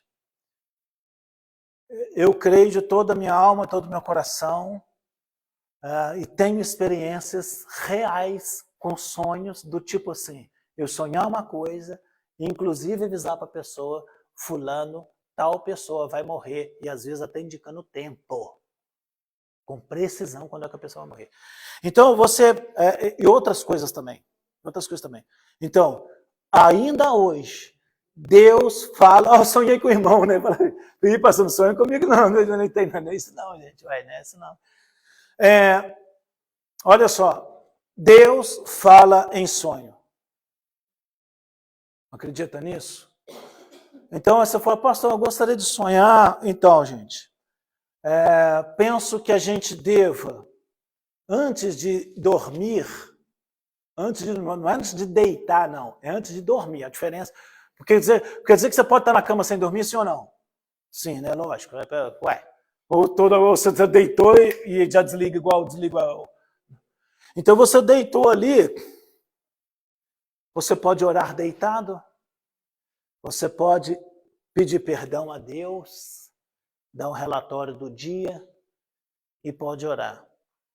A minha experiência cristã de longa data quase que 100%, muitas noites. Senhor, fala comigo em sonho, fala comigo em sonho, fala comigo em sonho. E eu levanto, como que eu levanto? Triste. Por quê? Porque eu não sonhei. Senhor, só no meu sonho. Aí vem uma pessoa e fala, pastor, eu sonhei com você. E não tem nada a ver, às vezes, comigo. A pessoa sonhou um sonho. Cara, essa noite eu tive um sonho. E eu sei que Deus deu para a pessoa. Então, às vezes a gente que pede sonho não está preparado. Mas o seu cônjuge está. Alguém pede você, uma criança. Tá? Então, palavra espiritual devocional. Deite-se com o Senhor. Durma ligado com Deus, com os pensamentos do Senhor. Irmãos, temos testemunho. É claro que é testemunho da década de 80. Desculpa meu atraso. Década de 80, 70. Sabe qual? A pessoa dizer assim, fui batizado com o Espírito Santo, dormindo. E a pessoa estava sonhando que estava falando línguas, acorda falando em língua, assustada, batizado com o Espírito Santo em sonho. Quer dizer, é uma pessoa que dormiu ligadíssimo com Deus. Sabe-se o que Deus pode dar? Um arrebatamento de sentido, um sonho, né? Então, Deus faz isso. Agora o verso 13. Então a gente tem um sonho dos magos. Agora olha o verso 13. E havendo eles se retirado, eis que o anjo do Senhor apareceu a José em sonho, dizendo, levanta-te, toma o menino e sua mãe, e foge para o Egito. E ali fique até que eu te fale, porque Herodes há de procurar o menino para o matar. Só um detalhezinho aí. Quem que leu? A Josiane? Quem que leu? Josiane, na sua Bíblia, esse anjo está com letra maiúscula? Não está com... De alguma versão está aí? Pois é, porque é interessante, né? Porque tem versão que está com a letra maiúscula. Porque o anjo do Senhor seria Jesus, né? É uma teofania, né? Mas Jesus estava no colo dela. Um não. Aí corta essa Bíblia, põe fogo nessa Bíblia aí, senhor. Me dá essa Bíblia aí. Me dá essa Bíblia não. Me dá essa Bíblia. Né? O seu tá também? Aí, Emanuel, aí, irmão, aí, Emanuel, seu nome é Emanuel, não é à toa. Mas você vê, então, gente, isso é até bom acontecer, você tá vendo? Doce Satanás King James? Meu Deus. O meu tá o anjo do Senhor e com letra maiúscula. É porque o meu é a versão aqui do expositor, entendeu? Que é muito semelhante à fabriciana, só que tá quase igualzinho. Aí quando vê ela vai lendo, aí na Bíblia herege dela, aí tem só a minha que é boa, né, gente? Já entenderam? A Bíblia é boa. Aí eu vejo que aí tem umas diferencinhas lá. Mas você vê que da do Emanuel. E o seu tá com letra maiúscula? Não tá com letra maiúscula também, não, né? Tá. Gente, o que aconteceu no 12? Deus fala em sonho com os magos. E no 13, Deus fala em sonho com José. Eu quero tirar uma lição espiritual do verso 14. Verso 14. José se levantou, tomou o menino e sua mãe durante a noite e partiu para o Egito. Durante qual tempo? Você saiu de madrugada sem planejamento, sem nada? No meio da noite? Ah, o senhor está no meio da noite? Aí, Bíblia é boa, hein? Isso aí que está explicado. Vai entender, né, Samuel? Pessoal, não entendendo, não. Olha só que legal essa versão do Samuel. Porque aí é que entra por que a gente usa essas Bíblias. Porque, tá vendo? Ele quis enfatizar no meio da noite. A minha pergunta que eu faço para vocês é, por que ele saiu no meio da noite?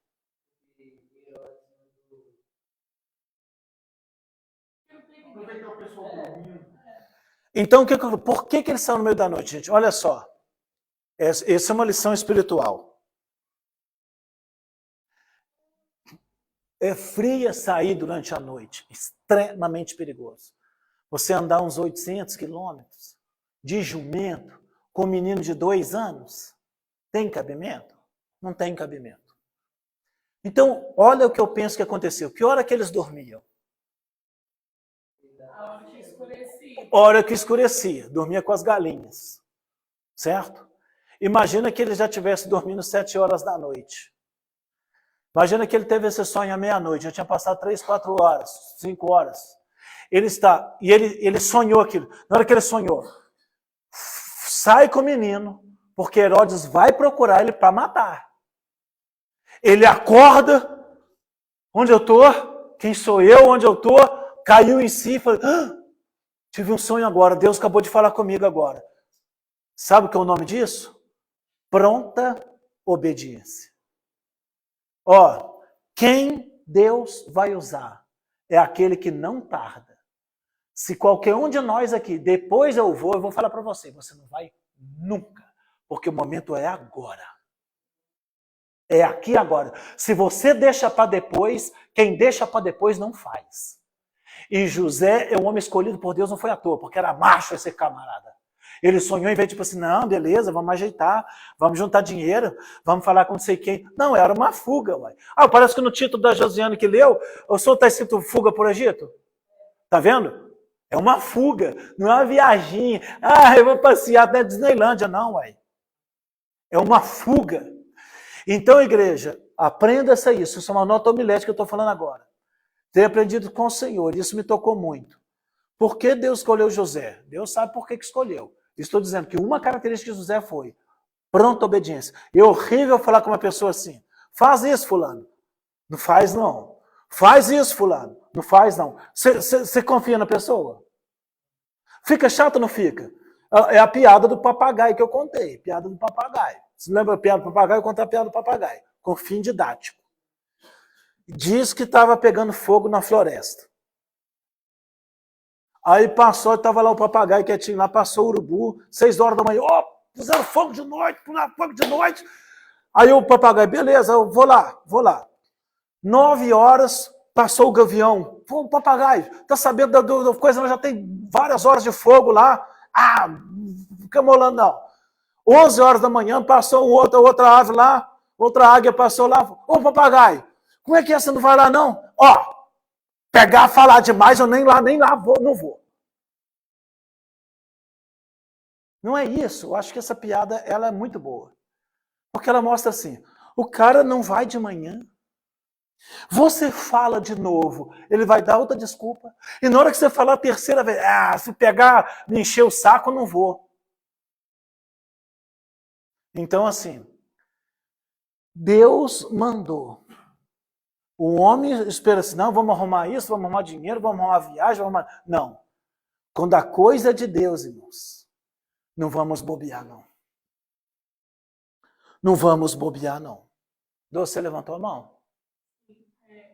Questão de sonhos, Deus fala em sonhos, eu já tive algumas experiências muito profundas. Uma delas, quando foi dos anos, foi no ano de 2003, quando nós mudamos para a cidade de Santa Fé.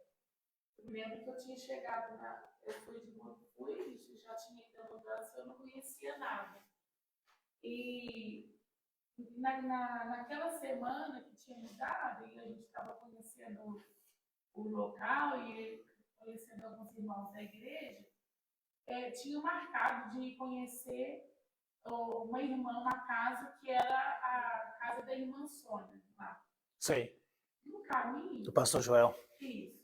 E eu nunca tinha ido, inclusive eu estava esperando uma outra pessoa que me guiaria até essa casa. E lá, a gente não tinha nem bicicleta, né? Era na canela mesmo. E aí, marquei com uma irmã, que era lá do local, e nós marcamos amanhã, nós vamos ficar horário nessa casa. Naquela noite, eu sonhei.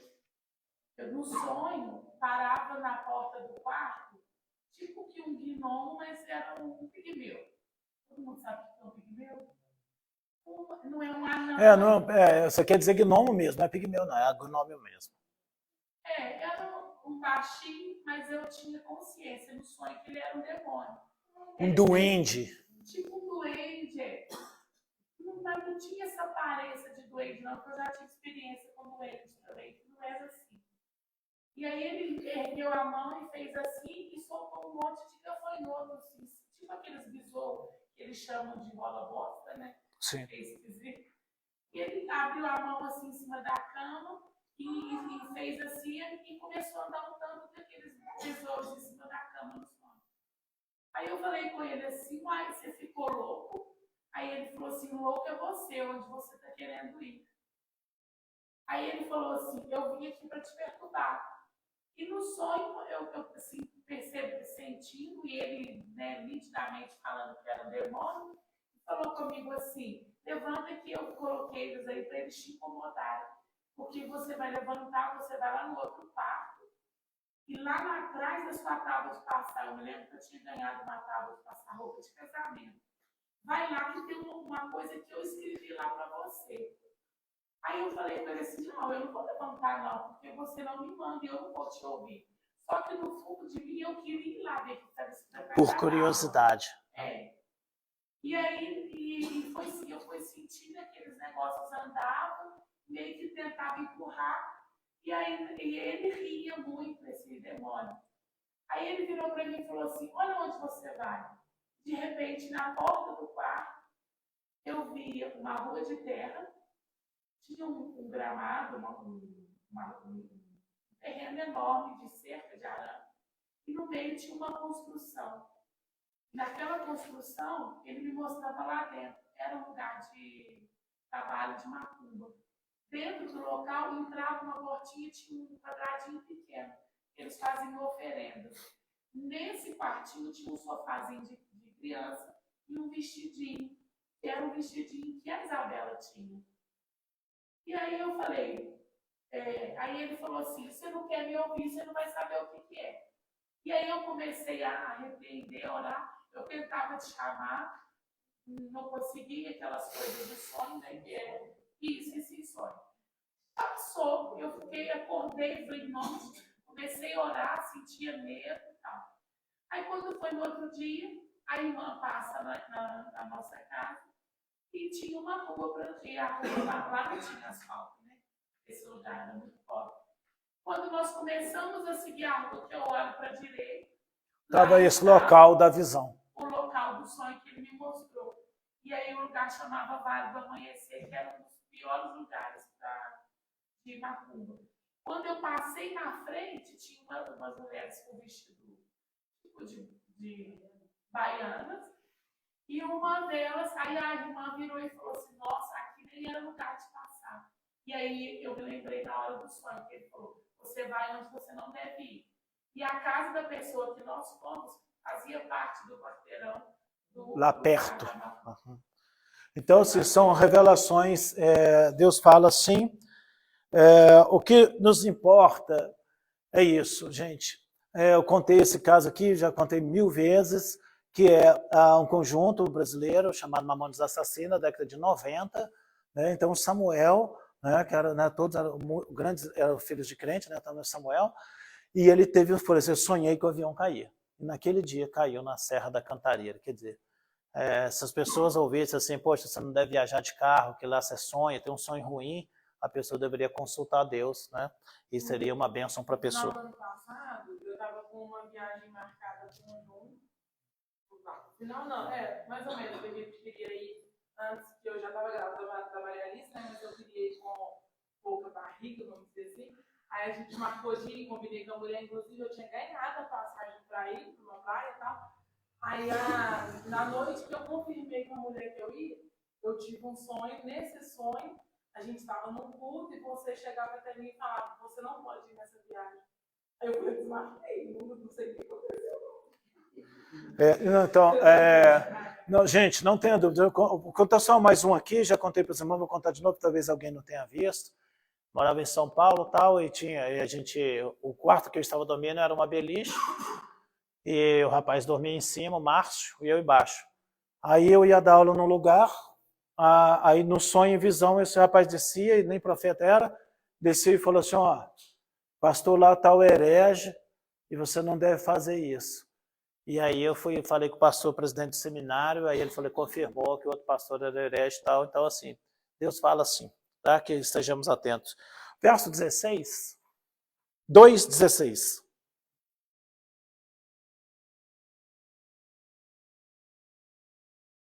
Então Herodes, vendo que tinha sido enganado pelo João de Sá, irritou-se muito, mandou matar todos os meninos que havia em Belém, e em todas as suas fronteiras, de 2 anos para baixo, segundo o tempo que diligentemente cumpriria dos homens sábios. Dos homens sábios. Viu, Samuel? Porque no meu está dos homens, o meu está magos, no mesmo verso. E o da Fabriciana está sábios, mostrando essa ideia que eu estava te falando. Então leia do 2:16. Quando Herodes viu que os visitantes do Oriente o haviam enganado, ficou com muita raiva e mandou matar em Belém meninos de menos de 2 anos.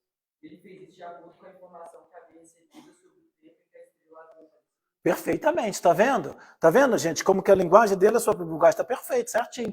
Porque falou que dos homens do Oriente, que são esses sábios, que na versão da Fabriciana está sábios, na outra está magos, tá? Gente, algumas informações, coisas importantes. Mais importa obedecer a Deus do que aos homens, tá? Mais importa obedecer a Deus que aos homens. Ponto final. Que é o que os magos fizeram. Se os magos voltam, ia perguntar onde estava Jesus e ia mandar matar Jesus. Tá? E confirmou aquilo que eu falei para vocês. Quer dizer, qual o tempo foi? Quer dizer, era um período mais ou menos de 2 anos. Tá? Então Jesus não tem nada a ver com esse Jesus na manjedoura, está bem por fora mesmo. Confirmando o que eu estou falando. Aí o Mateus começa a escrever e provar certas coisas a respeito do Messias. Ele já começa a fazer uma ligação Antigo e Velho Testamento. Preciso de um leitor, verso 17 e 18. Então se cumpriu o que fora dito pelo profeta Jeremias. Ouviu-se uma voz em Ramá, pranto e grande lamentação. É Raquel que chora por seus filhos e recusa ser consolada, pois já não existem. Eu preciso de um leitor em Jeremias 31, 15. Quem vai ler, gente? Jeremias 31, 15. Temos um leitor aí? Se não tiver, eu vou ler aqui.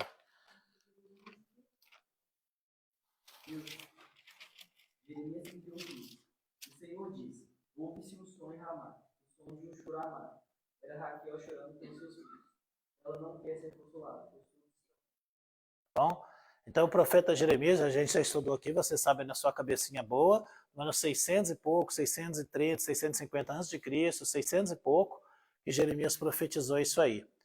600 e poucos antes de Jesus. Agora vem Mateus, vai escrever. Quando Mateus viu o que aconteceu, esse assassinato, que eu falei que são em torno de umas 13 crianças, lá em Belém, Mateus vai e registrou assim, ó, gente, isso aí, ó, é o cumprimento do que o profeta Jeremias tinha dito lá atrás. É o cumprimento disso. Então Mateus começa a fazer a ligação do que acontece com a pessoa de Jesus e a respeito lá do passado. Tá? Muito bem. Olha só, vamos ver mais um sonho, vai ser o terceiro sonho. O primeiro sonho de José foi: não temas receber sua esposa. Maria como esposa. Vou comentar sobre. Peraí. Vamos lá. Esse caso do nascimento, da concepção pelo Espírito Santo, por não relações sexuais, é o único na história. Né? Nem haverá outro. Então, olha uma coisa importante no judaísmo. Nós temos 4 tipos de mortes, segundo, acho que o Sanhedrin. Esqueci o livro judaico, mas um desses livros judaicos diz que haviam 4 mortes. 4 tipos de mortes para determinados pecados. Morte por apedrejamento, tá? Outro, morte por queimado, atear fogo na pessoa. Morte por decapitação, cortar a cabeça da pessoa. E 4, morte por asfixia, pendurar na corda. Para eles, uma moça noiva, um noivo, a traição no noivado, presta atenção, a traição no noivado, segundo David Stern, a traição no noivado é pior do que a traição no casamento. Tá? A traição no noivado é pior do que a traição no casamento. Então, são 4 sonhos de José. Primeiro sonho, não temas receber Maria, sua noiva. Então, vocês têm uma ideia da gravidade disso? Que na modernidade, o noivado, o compromisso, se dá no dia do casamento. Sabia disso? O noivado se dando no dia do casamento. Então, no dia do casamento, a pessoa noiva e casa naquele mesmo dia. Caramba, hein? Que coisa. Bom, primeiro sonho, não temos que receber Maria como sua esposa. Segundo sonho, foge com o menino para o Egito. Terceiro sonho, volta. Esse é o terceiro. Olha aí para nós, verso 19. Após a morte de Herodes, eis que um anjo do Senhor apareceu em sonho a José no Egito.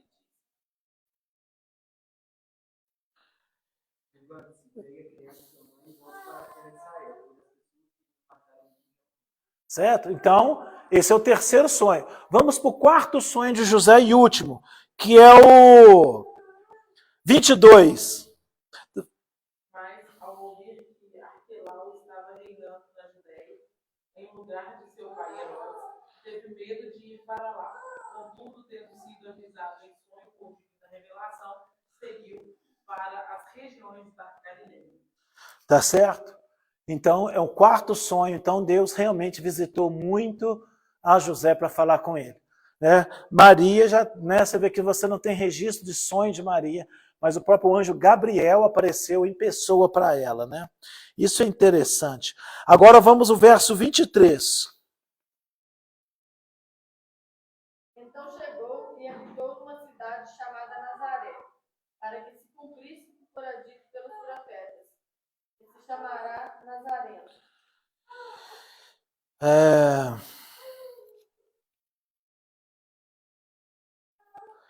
Então foi profetizado que ele seria chamado Nazareno. A questão é saber onde foi profetizado isso, né? Mas eu vou falar onde foi. 46. Para vocês terem uma ideia dessa situação de Nazareno, abre aí João 1,46, tá? João 1,46.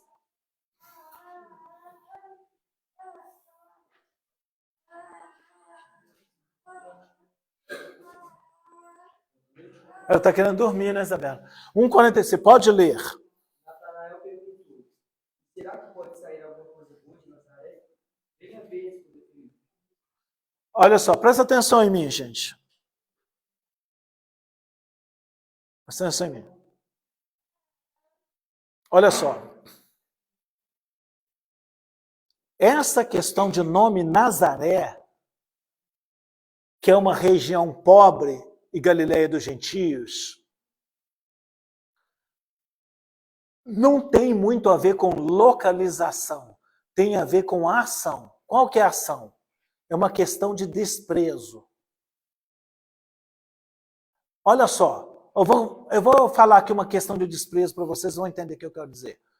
Você está jogando bola, e o cara mete um bico naquela bola, que a bola vai para o outro lado contrário. De que você chama o cara? Tá, pé torto, muito bem. Mais o quê? Ótimo. O Nazareno. Você não chama ele assim, o Barbacena, o favelado. Esse título que você está dando de pé torto, de favelado, ou Barbacena, é o que Jesus seria chamado de Barbacena. Sabe assim, o atrasado. Então, esse título Nazareno significa o bobalhão. Então, Jesus tinga o favelado. O sentido é desprezível. Por que Jesus seria chamado Nazareno? Porque ele seria chamado assim, bocó, aquele atrasado. É isso que significa. Nós vamos ter uma luz disso lá em Isaías 53, portanto, 700 anos antes de Jesus. A gente já viu Jeremias, né? 600 anos. Agora vamos para Isaías. Abra sua Bíblia em Isaías 53.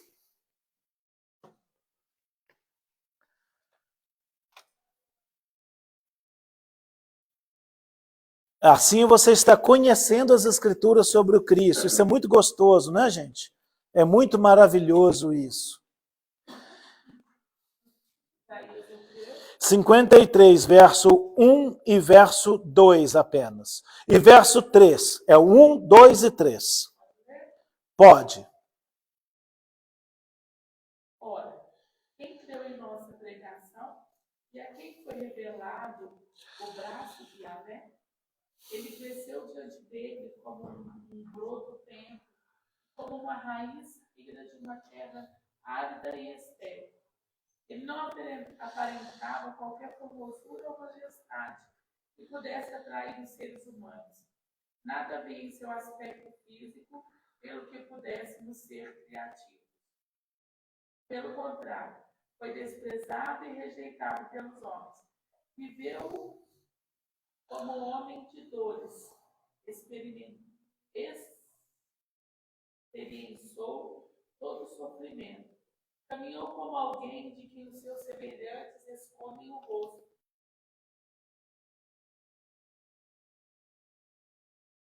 Sua importação. Certo? Observaram o que está escrito aí? Está escrito assim. Vocês, não sei se aconteceu com você, se uma pessoa que te viu e fingiu que não te viu. Vocês já tiveram esse negócio? Essa pessoa está aqui te vendo aqui, ó. Né?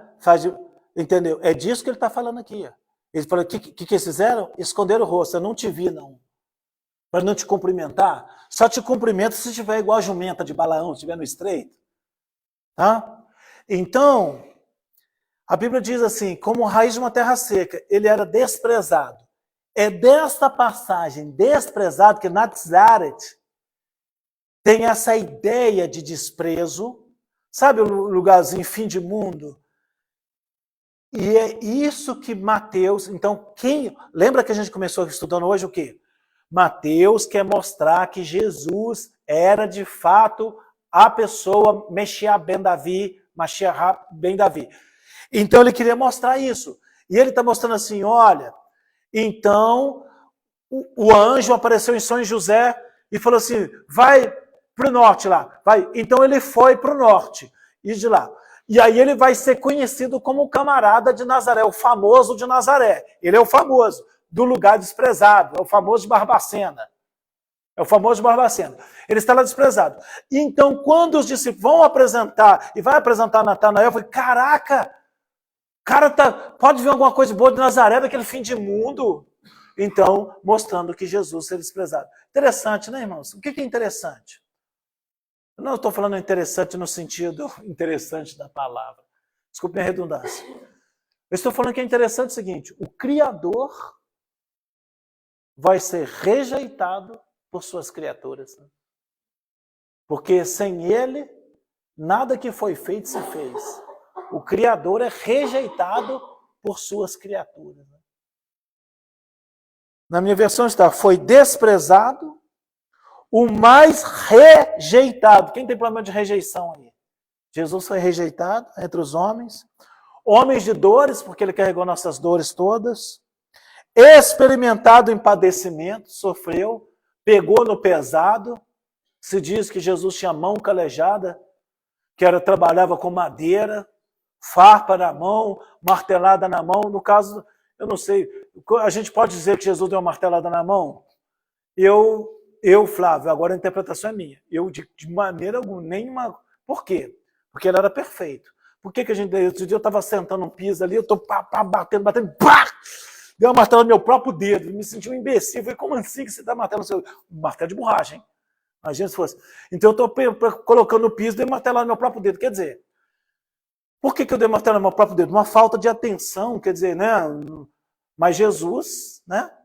Então, eu creio na perfeição de Jesus. Então, esses filmes, esse negócio que é mostrar que Jesus era imperfeito, aí eu não... Tá? Mas eu não duvido que alguma coisa podia bater em Jesus, que Jesus podia se machucar. Por quê? Porque há coisas externas, não ele, né? Então, para mim, Jesus era machucado. Experimentado padecimentos e como um de quem escondemos dele o rosto.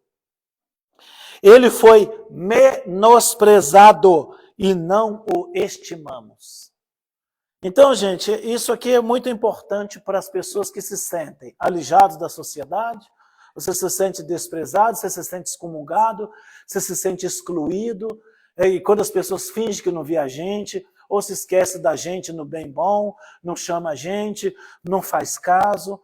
Então, Jesus foi assim. Então, que a gente possa seguir o exemplo do mestre, você precisa confiar, sabe? Confia que Deus está com você, confia que você está fazendo certo, né? Ao invés de se entristecer e se vitimizar. Né? Vamos para frente? Vamos voltar para Mateus. Bora lá, Mateus. Alguém já leu João 1,46? Eu pedi para ler? Eu só citei, né? E João 1,46, né? Foi o Samuel que leu, gente. Foi isso mesmo. Gente, entramos no capítulo 3 de Mateus. Verso 3:1. João Batista prepara o caminho. Naqueles dias apareceu João o Batista pregando no deserto da Judéia. Isso, então, naqueles dias, que dias? Naqueles dias do nascimento de Jesus, né? Então, naqueles dias.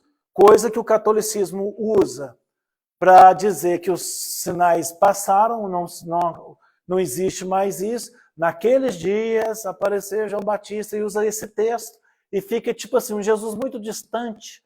Naqueles dias. Não, a gente crê no Jesus hoje, no Deus de hoje, tá? Mas, de fato, João Batista apareceu naqueles dias. Quais dias? Os dias do aparecimento de Jesus Cristo. Qual que é o teor, qual que é o conteúdo da pregação de João Batista para receber Jesus Cristo? Verso 2. Dizendo, arrependam-se dos seus pecados, porque o reino dos céus está perto. Tá bom? Gente, aqui ó, nota homilética aí para todos. O que eu e você temos que pregar é arrependam-se. Não é para pregar cura. Não é para pregar libertação. Não é para pregar prosperidade. É para pregar o arrependimento. Nós mencionamos cura, sim ou não? Sim. Por quê? Porque ao arrepender, Deus dá a cura para a pessoa. Nós anunciamos a libertação? Sim. Por quê? Porque Deus liberta as pessoas que se arrependem. Nós anunciamos, falamos sobre prosperidade? Falamos sim. Por quê? Porque Deus prospera as pessoas que lhe servem. Então, todas essas coisas estão dentro do Evangelho. Mas o que é Evangelho? É arrepender para receber Cristo. Se a pessoa prega prosperidade, se ela prega cura, prega libertação, prega família, prega mais não sei o quê, então está desfeito o escândalo da cruz. Então a essência para preparar para alguém receber Jesus Cristo é reconhecer direção equivocada. Eu estou na religião errada. É como eu estava lá no catolicismo. Então a pessoa que não quiser deixar de ser católica, achar que está crente muito bom, outros de outras igrejas evangélicas que estão erradas, vocês sabem quais? E a pessoa acha que está aquilo ali, então, ele vai ter que se arrepender daquela vida. Porque alguns não querem sair daquele catolicismo, porque ele quer aquele pecado tal e ele não quer sair daquilo. Ou igreja tal, está vendo que a igreja está errada. Está vendo que a igreja está errada, mas não se arrepende, tá, gente? Então, a essência da nossa pregação. Você viu João Batista fazendo isso e vai ver Jesus fazendo isso. Qual é a essência da pregação de Jesus? Arrependam-se.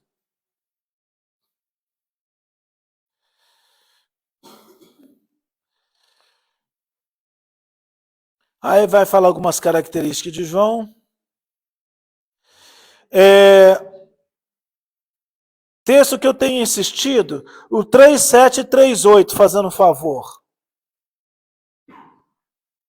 Tendo ele muitos dos fariseus e saduceus que vinham ao seu batismo, dizia-lhes: raça de víboras, quem vos ensinou a fugir da ira futura?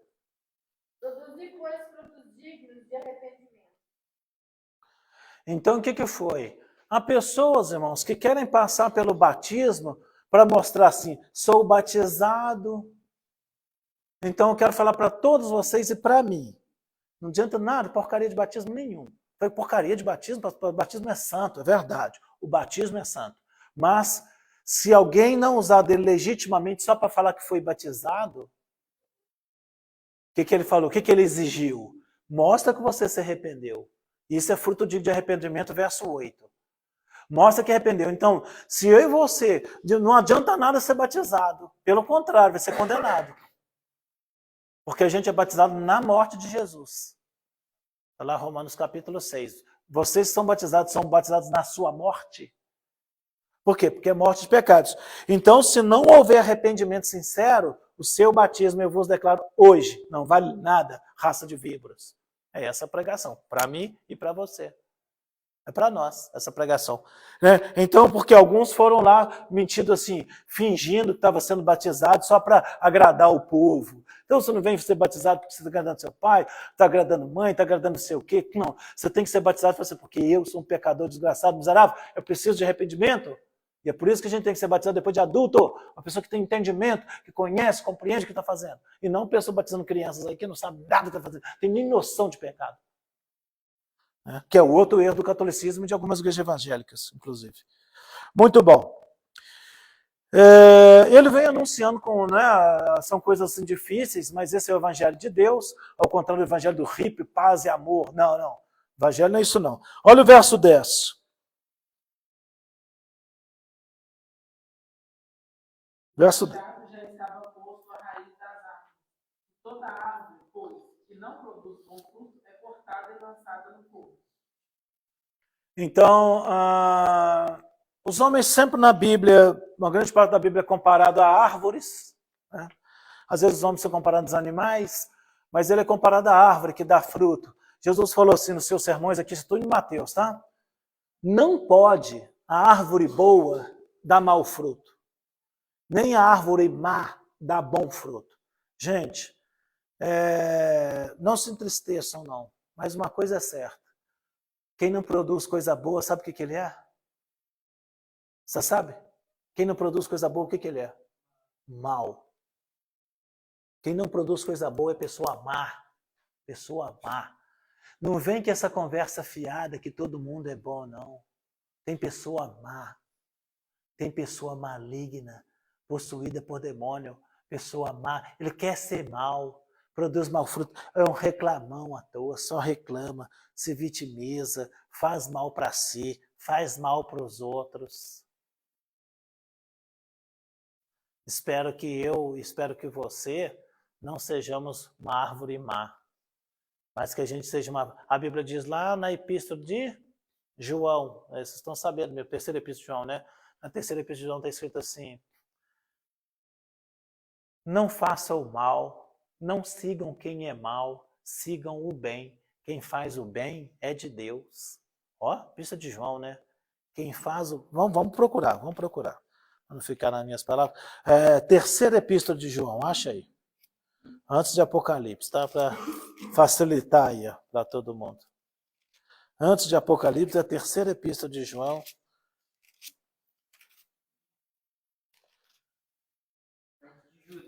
Antes de Judas. Você está certo, é antes de Judas.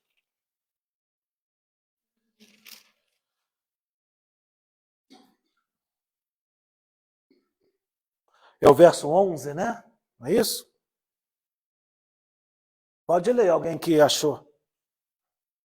Amados, não imiteis o mal, mas o bem.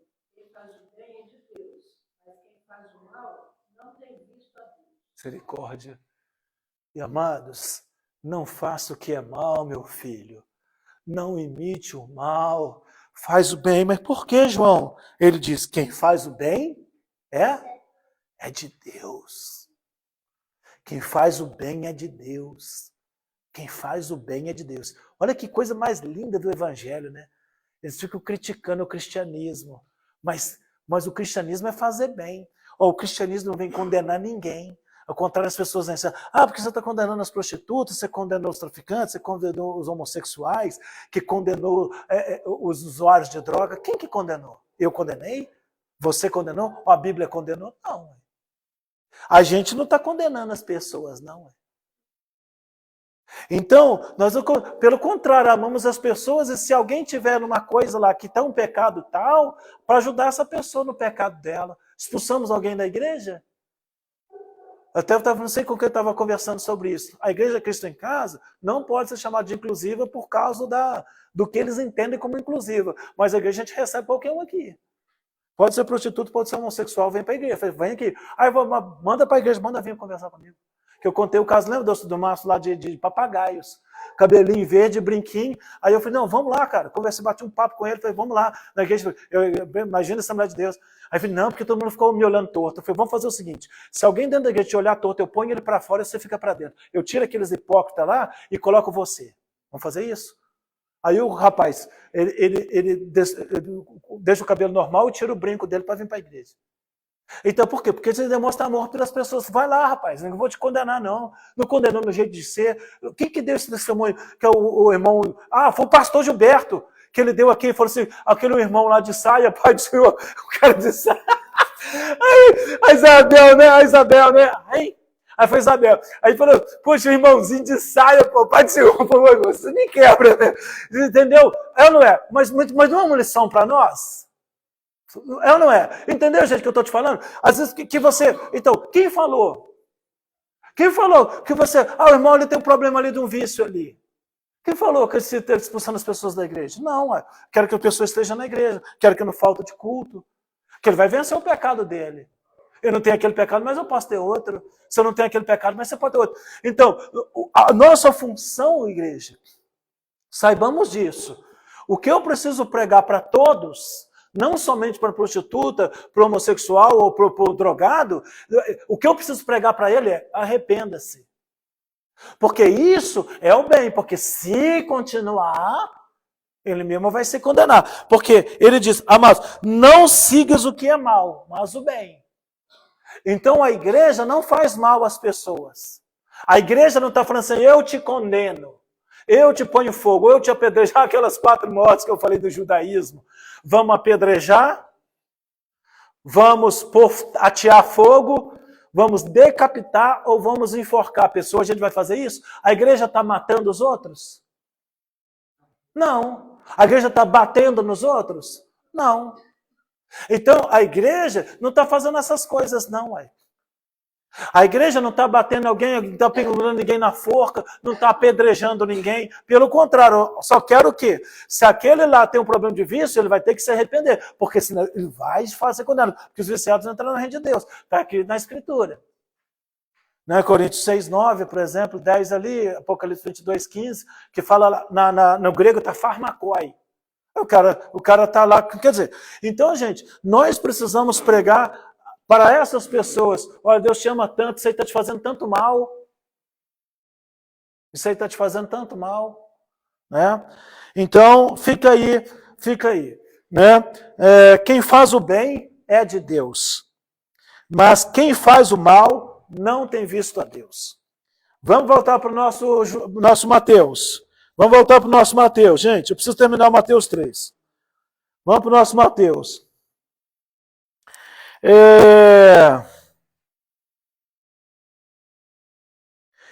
Vamos lá, verso 11 e 12.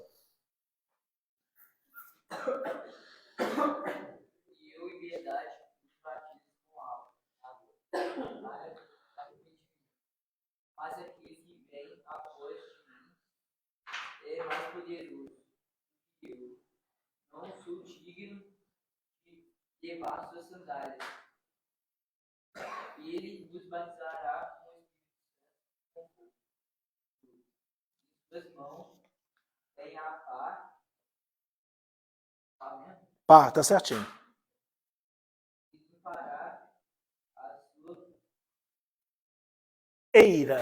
Está escrito isso?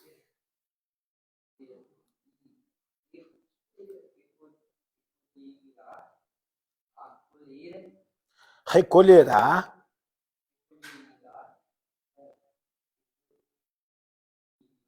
Não, recolherá, é isso mesmo que está escrito, recolherá, vai recolher. Hã? celeiro do seu trigo, queimará a palha com fogo, e nunca se apagará. Deixa eu só comentar algumas coisas sobre esse verso, que ele é bem controverso. Esse verso é bem controverso. Estou fora, não sei se estou fora aqui. Olha só. Então, João está dizendo assim, olha, para de fingir o seu batismo, esse batismo seu, você não foge da era futura. Não seja fingido, produza um fruto. Arrependa mesmo, para de fingir para os outros na igreja. Você vai ser condenado. O machado já está posto aí. Então ele está falando assim, existe um castigo de Deus, existe uma colheita divina. Aí ele falou assim, o trigo está no celeiro. O trigo, então ele está falando de alguns vão para o céu, e ele diz, o que é eira? Eira é um quintal. Então a expressão, quem não tem eira nem beira é isso. É porque a eira era essa coisa no quintal. Beira é uma outra coisa, tem a ver com umas casas que tinha uma outra parte, que era uma beira. Agora é o seguinte, então... diz que o batismo, ele vos batizará com o Espírito Santo com fogo.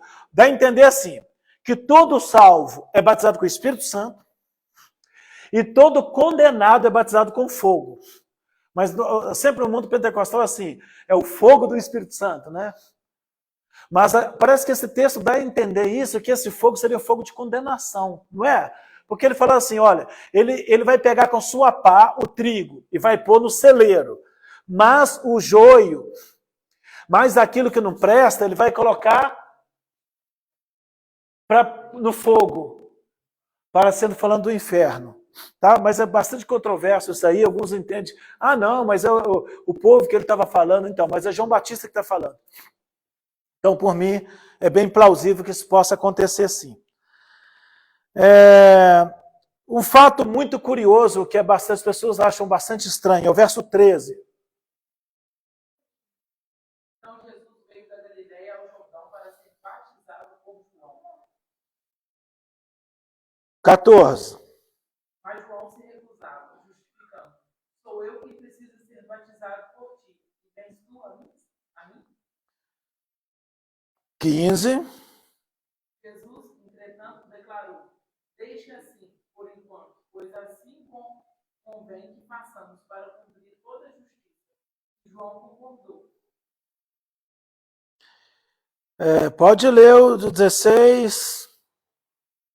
E sendo Jesus batizado, saiu logo da água, e eis que se abriram os céus, e viu o Espírito de Deus descendo como pomba, e vindo sobre ele.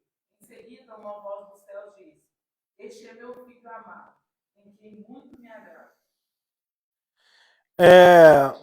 Então, gente, o batismo de João era de arrependimento. Como que Jesus vai ser batizado? Hein? Sim, então, mas quem resolve? Por que Jesus foi batizado?